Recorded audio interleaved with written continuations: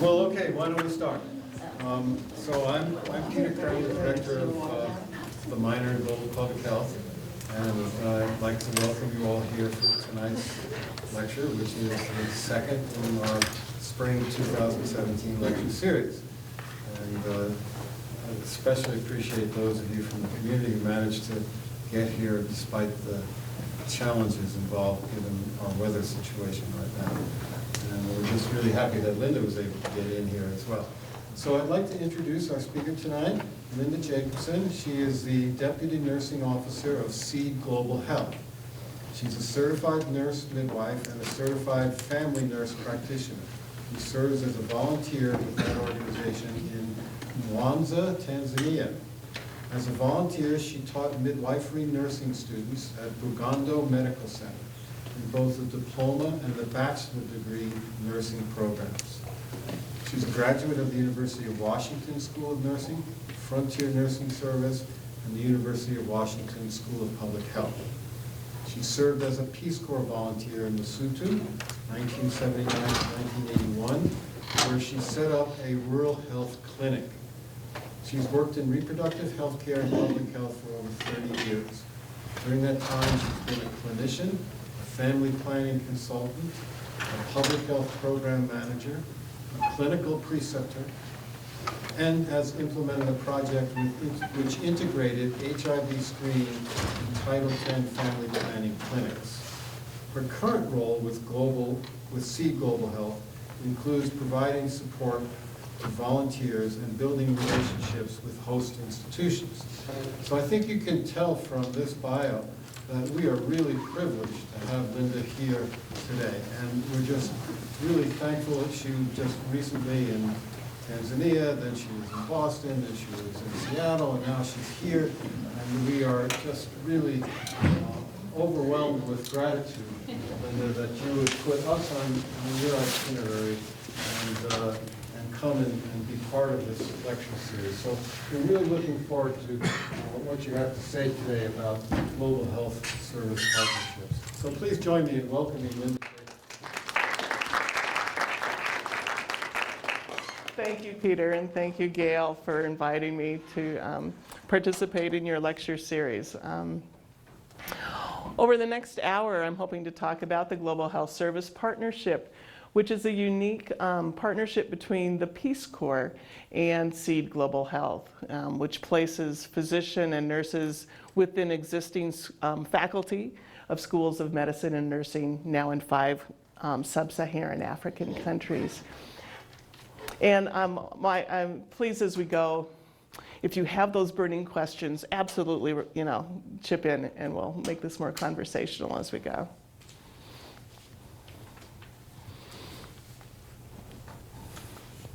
There we go. Okay. So as you have been learning, I'm sure in your coursework and elsewhere, there are dire shortages of key personnel in healthcare, exactly in the places that it's needed the most. And again, this is just kind of an overview of where maternal child rates, mortality rates are the highest. Again, and the bulk of that is certainly in sub-Saharan Africa. There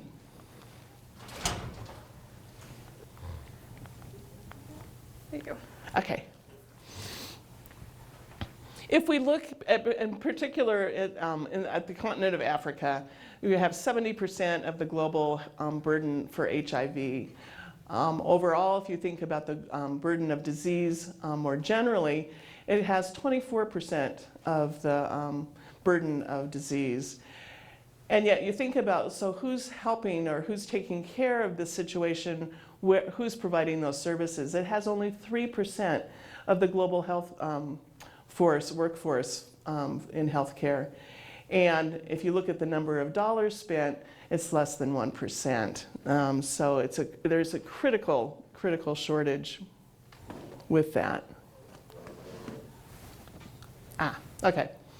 And to put that in perspective, if we think about the US on the far right, and believe it or not, for 100,000 people, there's close to 100 nurses for that population, and physicians about 250. You contrast that with countries like Liberia, and this I believe is post-Ebola kind of data, just about maybe 1.5 physicians per 100,000 population, nurses at about 27 for the same population. In Malawi, again, 3 physicians, 43 nurses, and Swaziland, and I'll loop back to Swaziland because I want to get, if you have some ideas about why that number looks like that, even though the numbers are relatively higher compared to the others. So Swaziland, 160 nurses, 17 physicians. Tanzania, where I was at, 34 nurses per 100,000 people, and about almost 2 physicians. And Uganda, where you have 30 nurses and 11 physicians per 100,000.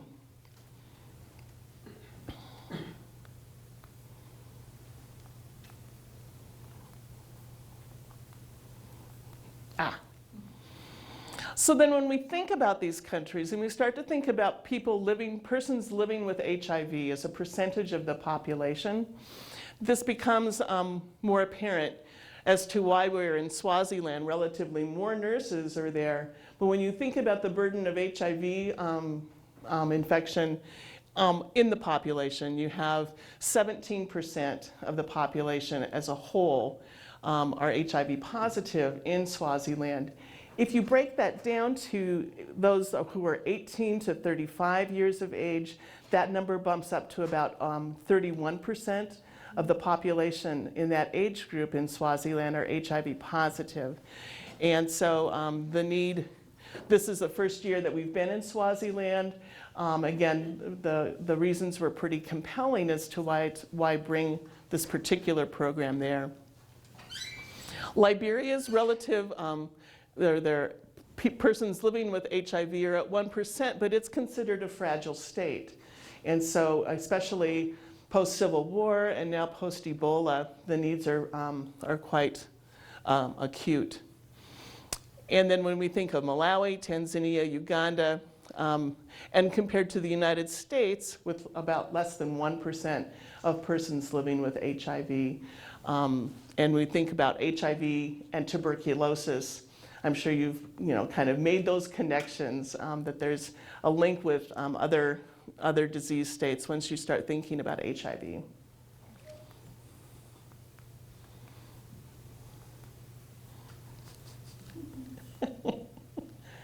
Aha. So again, chronic underfunding and the lack of trained health personnel, overcrowding, and limited number of staff make it an urgent situation. I will give an example. Where I was at in Tanzania at the Bugando Medical Center was a referral hospital of 900 beds, 2 patients per bed, and the nursing staffing was less than half of what they needed to safely provide care. And that's the environment, and that students were learning nursing, and they had a medical school on site as well. So it's conditions that it's hard to imagine in this country. I must say, as a midwife, there was often 3 to 4 women laboring per bed, giving birth in a gurney, but again, it's quite crowded, quite crowded.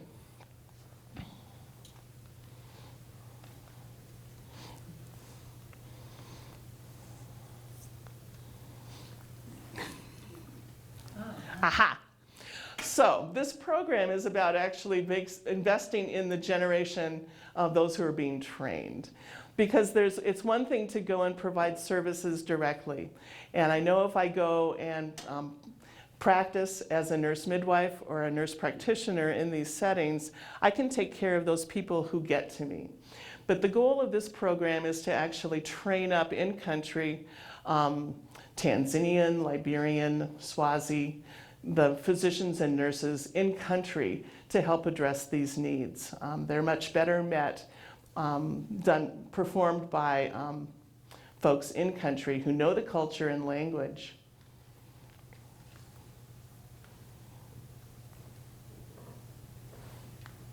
I think since you're not moving very far, just use Oh. the advance key. That's Great. All right.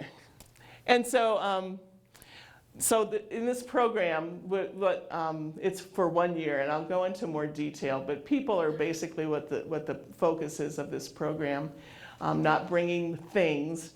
In fact, you'll find in many of these settings that things may have been donated. There may be an ultrasound machine, or there may be an x-ray or some other technology that's been brought from outside.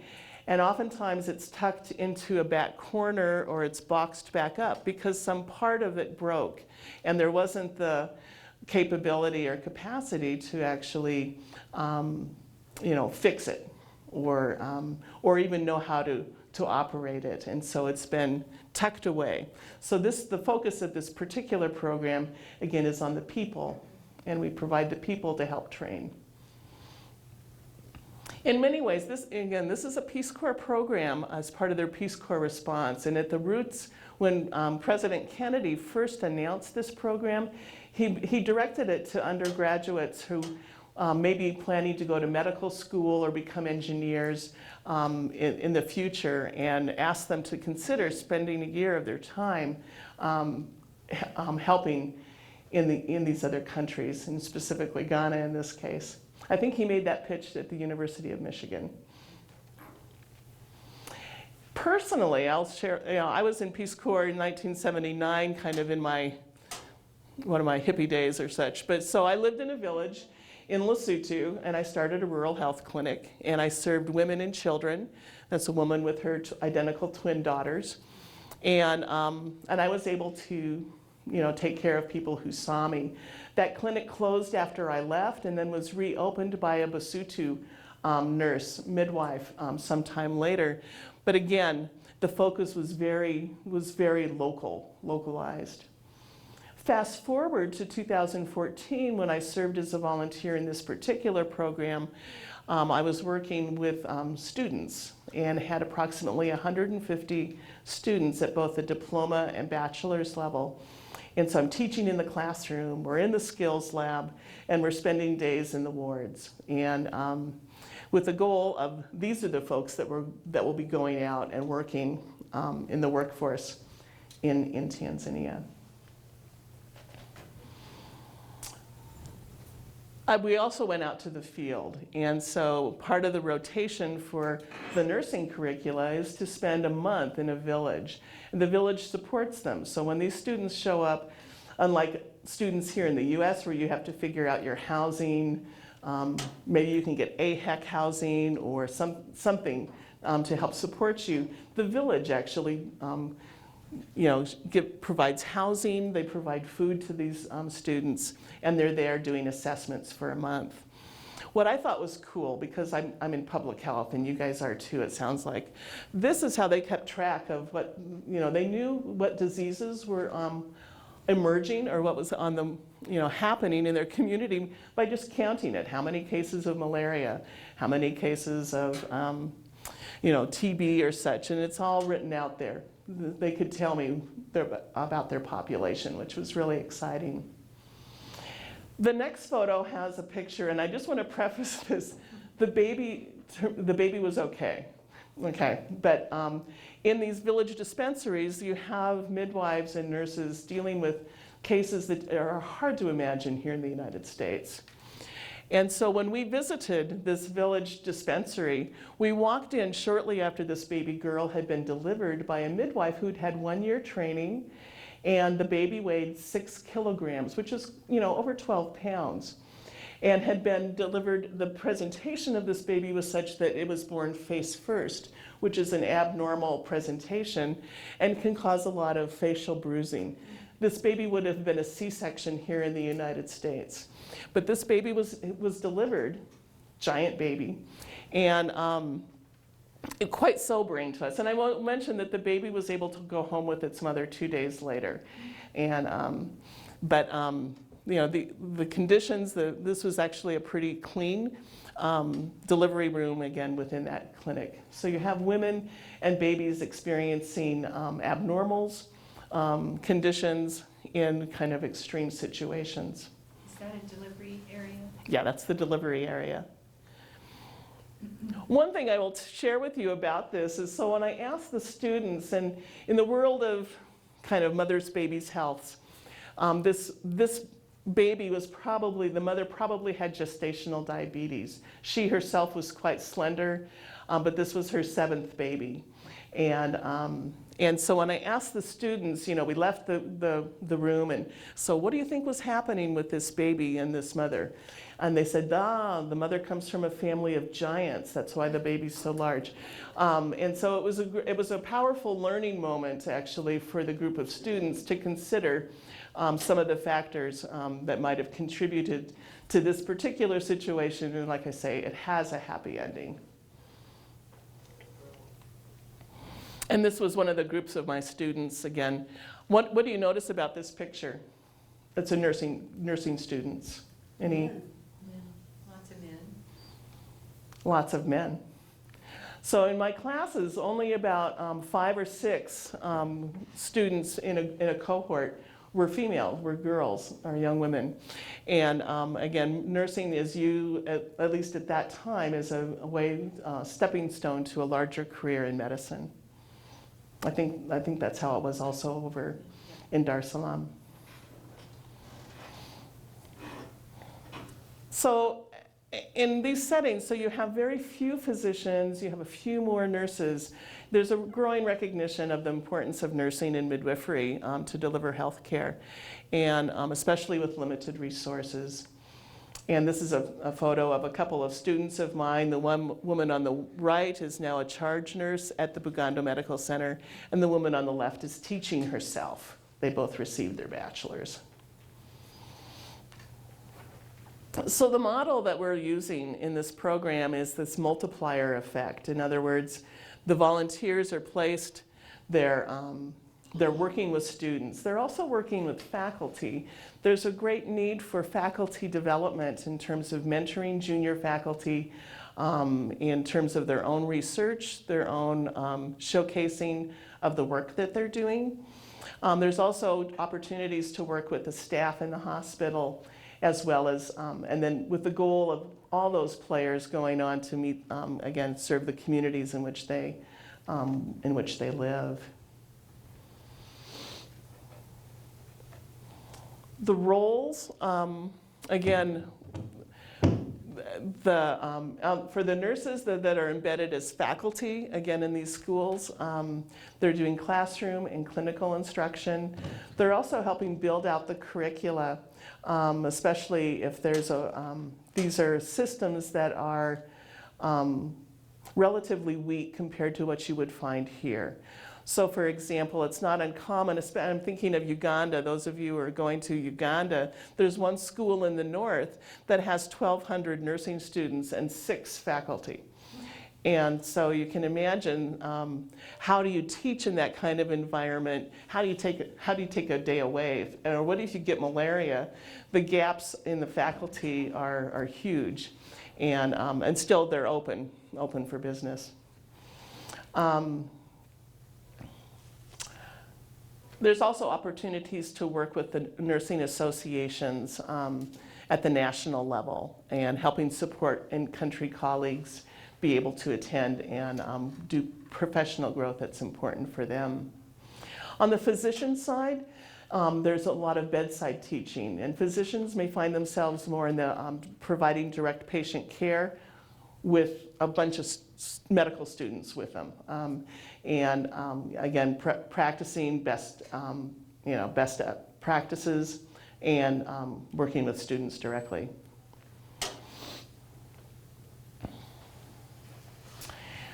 And the sites that we're in This year is the first year we've been in Liberia, and we're in Monrovia at the Tubman National Institute of Arts, and then out in the rural area in Phoebe. I won't go through all of these, but for those going to Uganda, how many of you are, okay, there's a bunch of you, good for you, okay. We're at Mbarara and Busatima University, which is maybe more closer to where you will be, up at Lira, Gulu, and Muni, which is on the Congo border.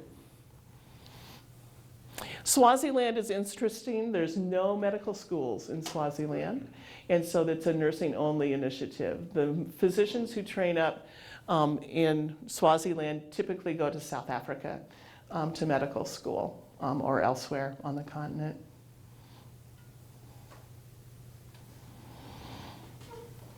For this program, for physicians, they must be board certified or board eligible. And the core specialties include internal medicine, family medicine, peds, and OB. There's other subspecialties that have been placed kind of on a case-by-case basis. For nursing educators, looking at least a bachelor's of science in nursing with 3 years experience, with preference for more advanced nursing roles. So folks who are nurse practitioners, master's prepared, or higher.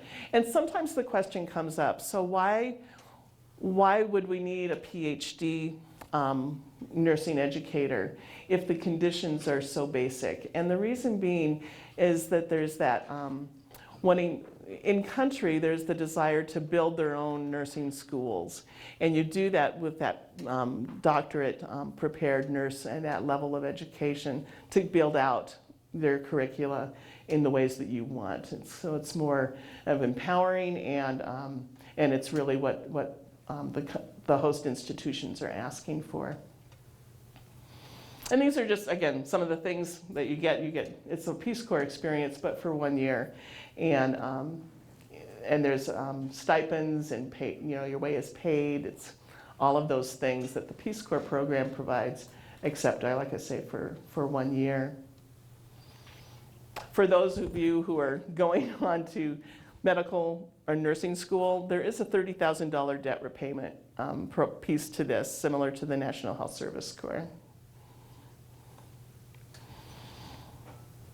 And ultimately, a sense for opportunity to make a difference. And I think all of the volunteers in this program, Gail and myself and others, have felt that we made a difference, not only because we were there, but because we were still in contact with students that we were teaching.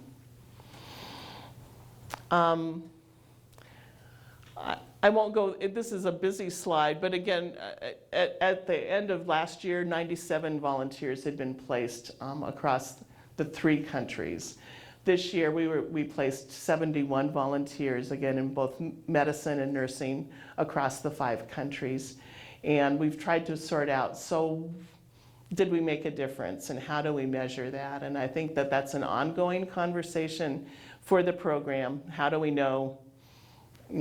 How do you know 5 years out? Right now, it's too soon to tell, most likely.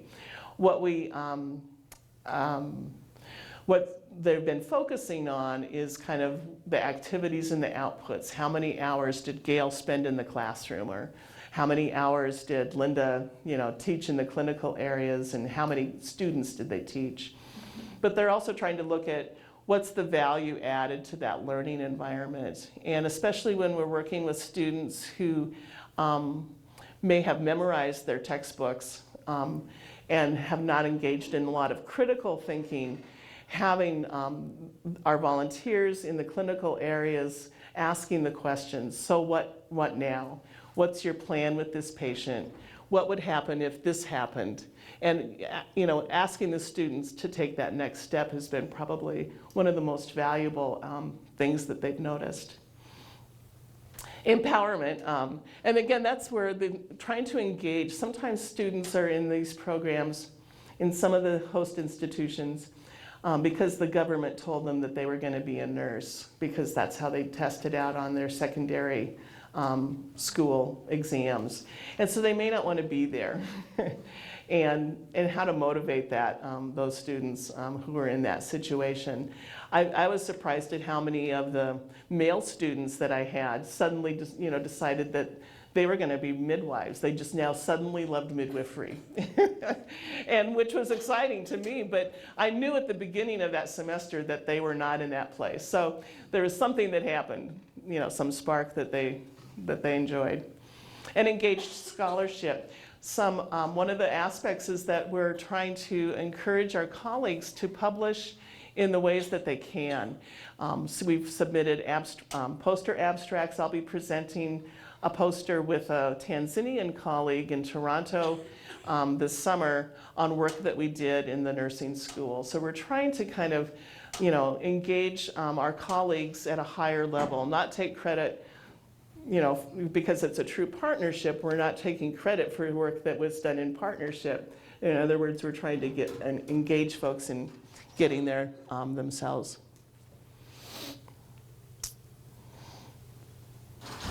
Let's see.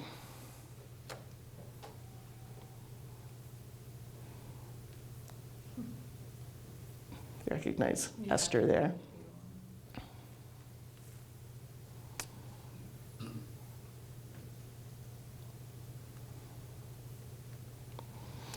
I think the student feedback, it's interesting for us. So although I work for Seed Global Health now, I'm still in touch with students that I had. And some of them who were diploma nursing students now are going on for their bachelor's. And there's 2 master's programs in the country. And some of those students have now gone on for their master's. And I think that that's probably where the long-term effects will be felt, is with these students becoming educators themselves and passing along lifelong learning and the value of education that continues on, that they're able to pass along to others as well. This was just some of the evaluation pieces included focus groups with students in addition to the faculty. And they spiced up the curriculum. Coming from the Swahili coast, that's great, because that means, they stimulated the mind to think, and they made us better nurses.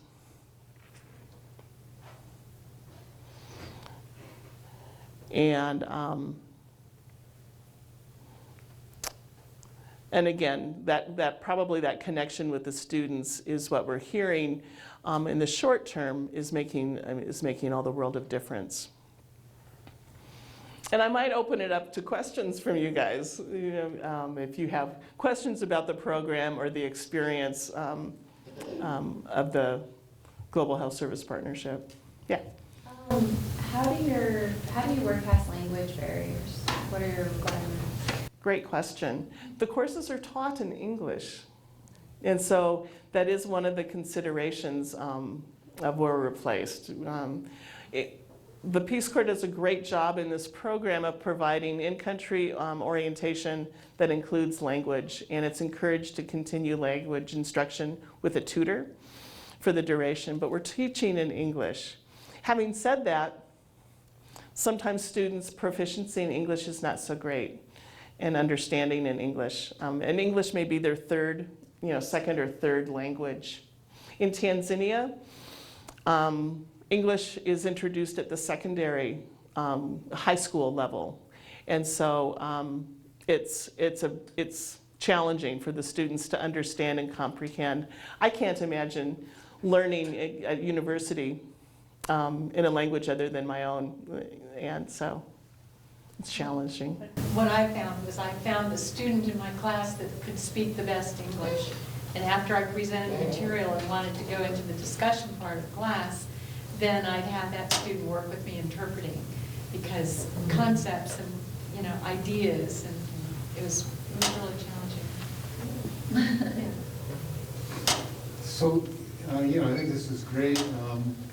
My question for you is there any possibility that undergraduate students could find some kind of role to play, perhaps in an internship capacity with Seed Global Health? Not participate in the entire program, but as interns? Have you ever done anything like that, or do you see any possibilities for that? I believe our offices in Boston do engage interns, kind of more at the programmatic level. And so it's In the possible. United States, not in Africa. Yeah, I think it's, the program is still early enough, so we're just now in the 4th year. So we've had people in the field for 3.5 years. And, we always are thinking and looking for new ideas. So I think it's always, it may be possible. But again, the focus of this particular, of the placements are with as faculty.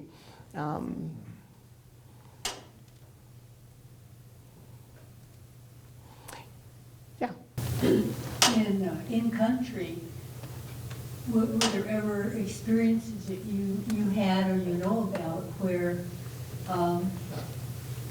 funding got misplaced and equipment turned up missing and regular materials that were needed for either teaching or, practice weren't available at times they should have been? Did you have anything like that? Yeah.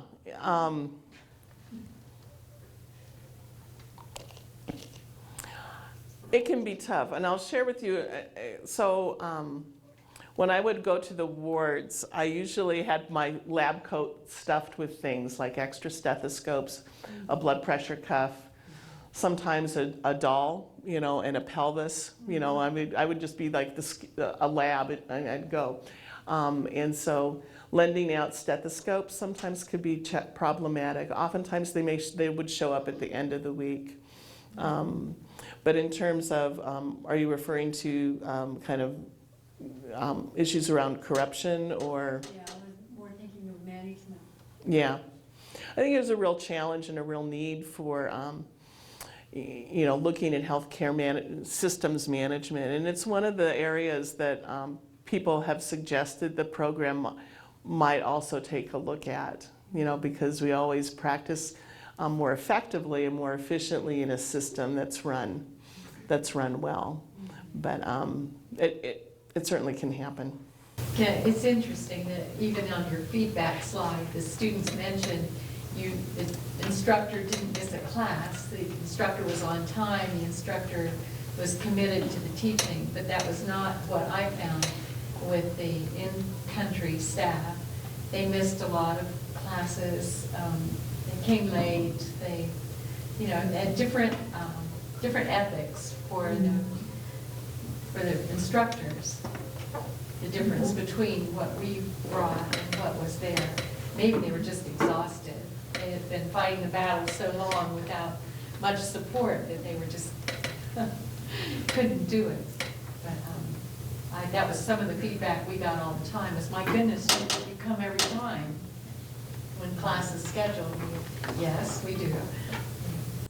It can be really challenging, and people's lives are complicated. I know one of my colleagues, to get to the Bugando Medical Center, took her about 4 hours every morning.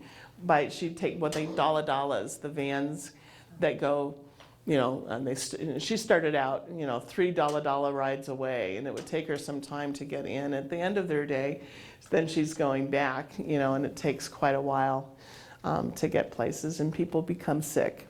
It's not uncommon to have colleagues who have malaria, and other illnesses. It's clearly a different kind of, like Gail is saying, a very different kind of learning and teaching environment. Do you think this model could be implemented with other career programs like engineers, business people? It seems like it's a really good model for educating basically the masses as far as the people who are going to be leading in the future. And so I know that the Peace Corps does that to a degree, but with lower education. And do you think there's a future for other careers through the Peace Corps, through this program? That seems like a great idea, yeah. Especially when we think about not only business, but the lab technicians, how do you set up a lab? And there's a lot of need around all of the infrastructure that goes into education at the higher level. for sure. And 1 year, I think, does make a difference. I will share with you, I know, one day I was sitting in the faculty area and drinking chai, which was a popular pastime. And there was a group from another country that came in and they were wanting something, and it was clear that they had been there for probably 2 weeks and then they were leaving. And my colleagues looked at me and they said, "Who was that?" I said, "Well, they've been teaching the class you've been in for the last 2 weeks." And they said, "We really don't know them, but we know you. You're here. You're here all the time, day after day." And I think it's really telling about, again, the time, just the time factor and being there for a year makes a difference. I think that part of the answer to Sarah's question is going to depend upon the evaluation piece. I think the evaluation piece would be critically important if you're going to take the model that you've got in terms of medicine and nursing and apply it more broadly to, let's say, engineering or someplace else. So the Peace Corps is going to want to know, what can you tell us? And I think you talked about the emphasis on outputs. I think, but your slides, you actually had some slides that went beyond outputs. And I think the evaluation that's going to be critical will look at not just outputs, but look at outcomes. And I would say outcomes would primarily mean qualifications and then impacts. What difference have you made as a result of having these kinds of programs? So really encourage you to do a very systematic job in your evaluation, because that will not only enable your program to continue, but might enable the kinds of other applications that Sarah was raising. Absolutely. Yeah. My question kind of has to do with that, actually. Oh my goodness. Oh my goodness, okay. So this is obviously a partnership between some pretty well-established organizations, but the structure itself is relatively new, the program itself is new. What was the biggest challenge for you being a part of such a new program without that data and that analysis to back you up? So the question is how, You being a part of this program, which is only 4 years old, what was the biggest challenge for you based on its newness? on the newness, I think it helped having lived in a village for 2 years previously, back in my 20s, okay? Fast forward to when I did this particular program.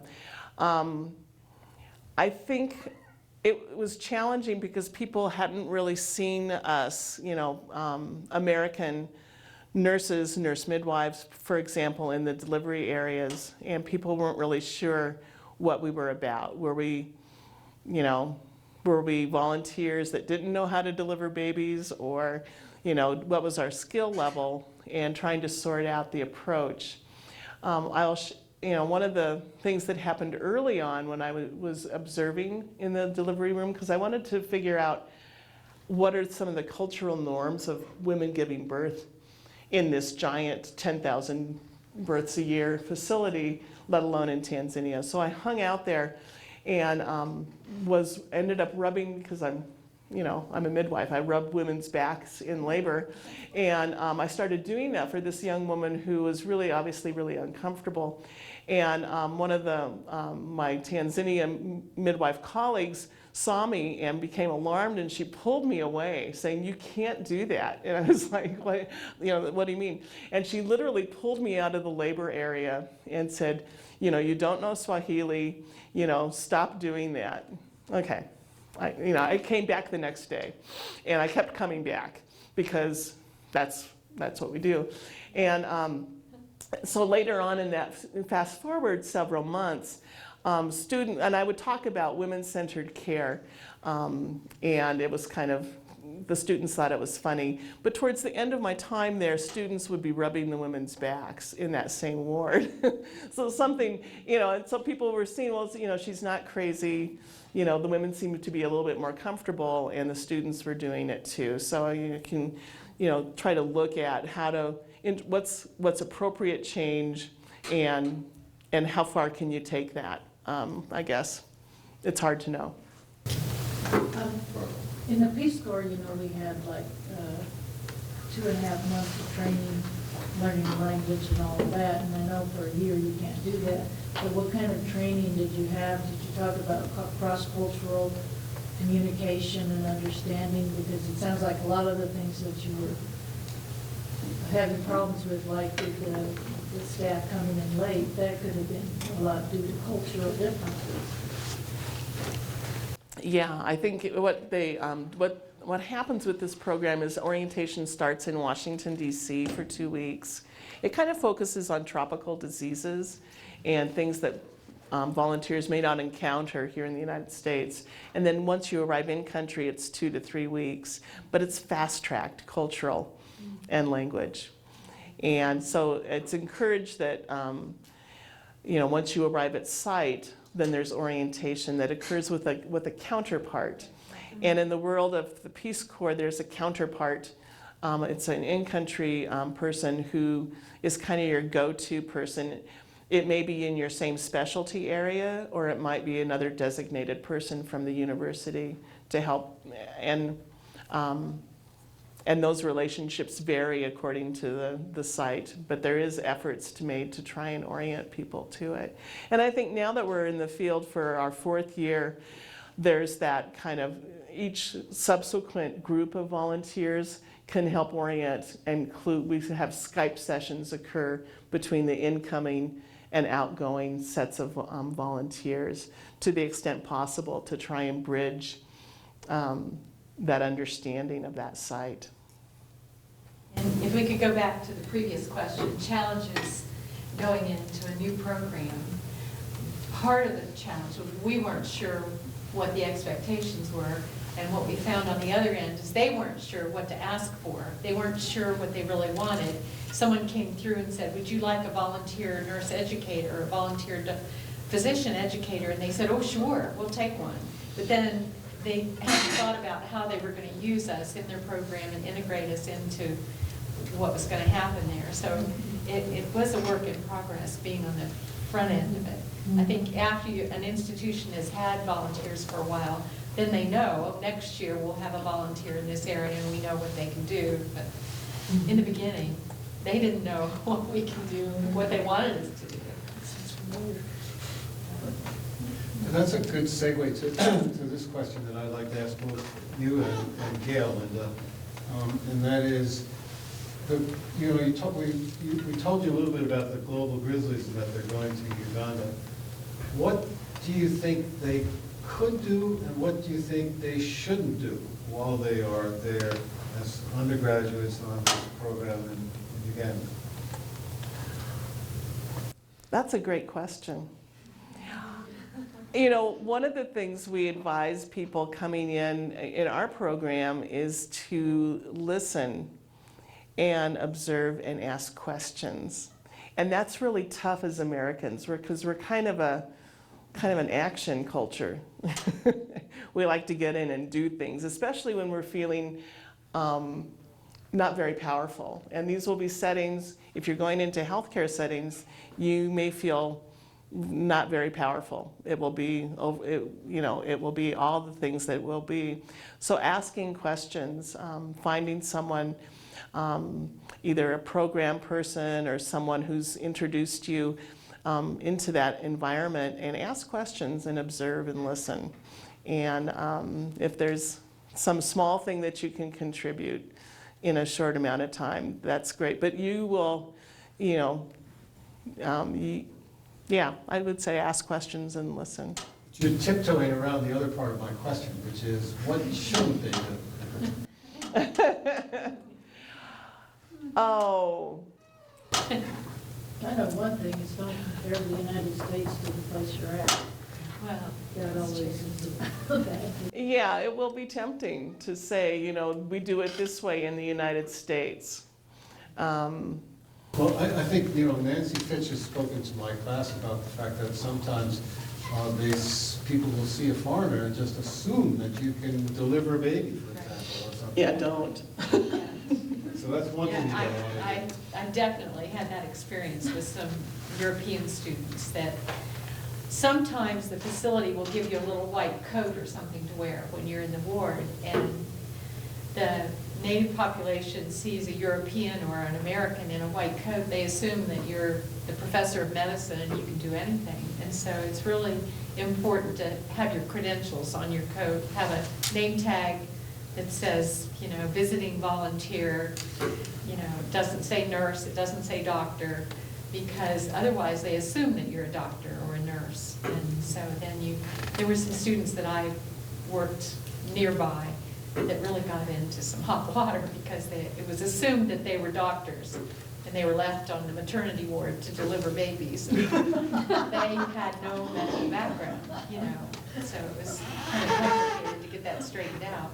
But as long as you make it clear that you're not a doctor or a nurse, and you're there just to help, get some sheets or get some food or, do things that you can be helpful with. And really the biggest value of the experience is to expose you to what medical care and medical situations are in other countries. And, maybe encourage you to get more involved in medical careers, but you're not a medical doctor yet or a nurse, so you have to be careful that you're not identified incorrectly, because that's kind of tricky. Does that make sense to those of you who are going? It's great. Yeah, well, we don't want to take away from the value of this experience. Oh, no, It's it's very fantastic, valuable. and your motivation to go is really important. But there are certain limits, and you have to be firm about that in the sense that you have to, as I think Gail has pointed out, you want to let people know from the beginning that this is how much you can do, and this is what you are not able to do, and then be firm about that if those situations arise. Yeah, I've always found it helpful to find someone that you can, kind of ask the question. Hopefully there's someone that orients you. And I would agree totally with Peter and with Gail. And sometimes it may be that what you do is to hold something for someone. Yeah, right. That's a big deal. Yeah. Extra hands Yeah. are so valuable, Just hold this water, hold this ice bag, hold this water, Hold the flashlight during the minor surgical procedure. So, Very, very valuable. And I think there's a lot of logistical things that need to be done in healthcare and healthcare systems in Africa. Keeping records, making sure that medications are kept cool, all kinds of things in that area that don't require training in medicine that you can handle. So there's lots of opportunities in the logistical sense, I think. yeah. So for being a bachelor nurse, volunteering a whole year of your time, organization that you work for, a healthcare organization that you work for, having to take that year off, how do healthcare organizations receive you back as far as you went out and you volunteered your time for this? Are they more receptive to giving you a job or keeping your job? That's a great question. For myself, I came back and then I'm working for Seed Global Health. But there are colleagues who took a year sabbatical. If they had teaching positions here in the United States, then they were able to return to that teaching position. There's also some for nurses. I know the University of Washington has they have a 4-week. There's something that they chip in, if you will, hours and cover some of the expenses to take a month to serve abroad as part of their benefit package. So there may be more workplaces that are more friendly to this. But it's a good question. What do you do when you come back in a year? If you're returning to that same work spot. I think more and more, I like to think that there's more appreciation for global health experiences, because what we gain is how to work with limited resources, and that's a useful thing for us to know here in North America. as well as what we were able to share in that other setting. So it's kind of bi-directional in that sense. We gain a lot, we give a lot, and I think that will be more valued and more valued, especially as programs such as the one here, where on interest in global health. These global health centers are growing up across the country in a variety of university settings. But it's a great question. Yeah. On that note, do you see the partnership being able to grow to a degree that it can have an impact on the curriculum of nursing programs to better prepare nurses to go into this kind of context and development, the way that the Peace Corps has had an impact on a lot of curriculum as far as public health and other international development studies?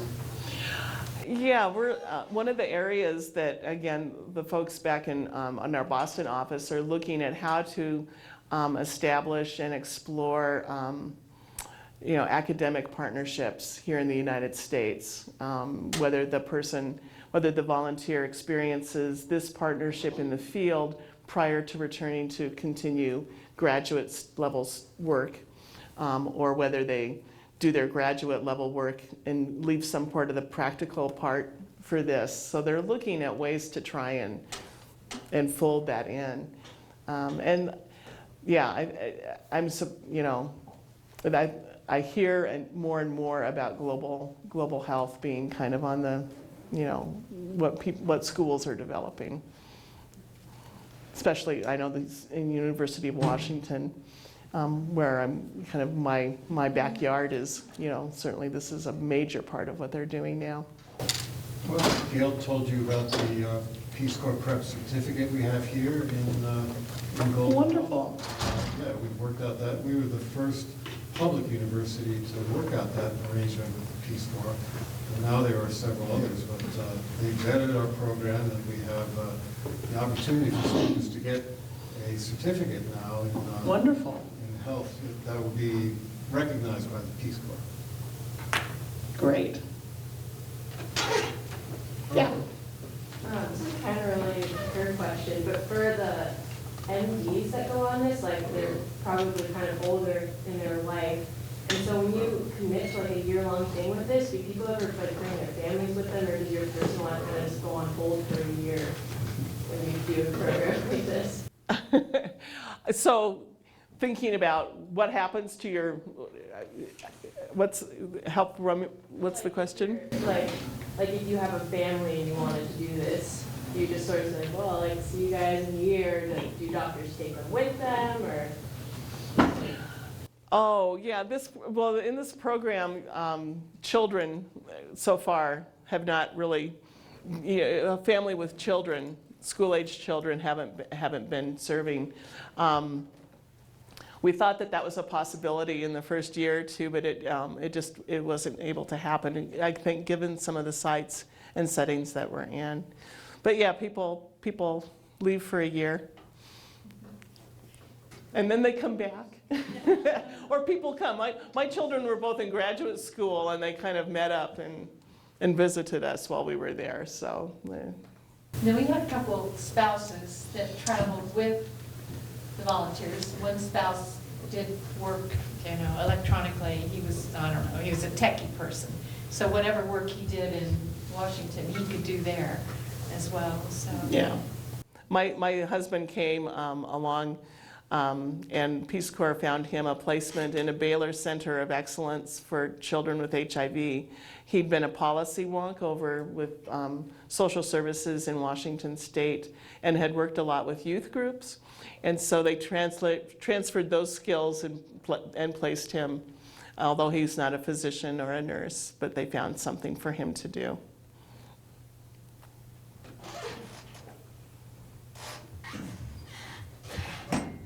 Great questions. Yes, this has been a great discussion. I think it was particularly valuable for those of you who are going to be going to Uganda this summer to hear what Linda had to say. And I think there'll be other lectures along the same lines. In fact, Tanzania is going to be on our agenda here in another couple of weeks. And We've got other Peace Corps volunteer who's going to come and talk to us, so lots of exciting things coming up in the same general area. So Linda, we want to thank you so much for coming all this way and sharing such a really insightful amount of information about your experience with us. We wish you all the best. Hope that you can continue to do this work for many years. It's really important work. And if there's anybody who wants to speak with Linda on a one-to-one basis, I'm sure she'd be happy to do that as well. So thank you very much. Thank you. Thank you, Peter. Yeah.